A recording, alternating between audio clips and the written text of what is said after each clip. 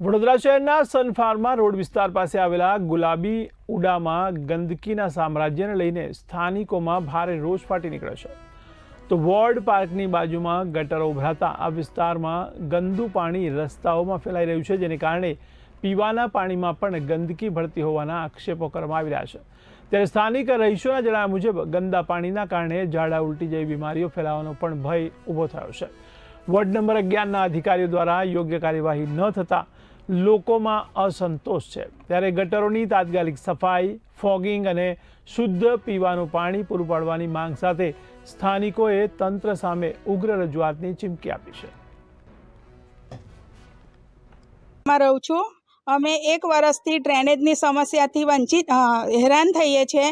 પાણીની એટલી બધી સમસ્યા છે। અમે અત્યાર સુધી ગયા 5 વર્ષની અંદર બી અમે કોર્પોરેટરોને, અમારા કાર્યકર્તા છે ઉષાબેન પટેલ, એમને અમે જાણ કરીએ છીએ। અમે જણાવીએ છીએ કે અમારી આ સમસ્યા છે, પણ અમારી સમસ્યાનો ઉકેલ આવતો નથી સાહેબ, એટલે અમે મીડિયાને બોલાવીએ છીએ।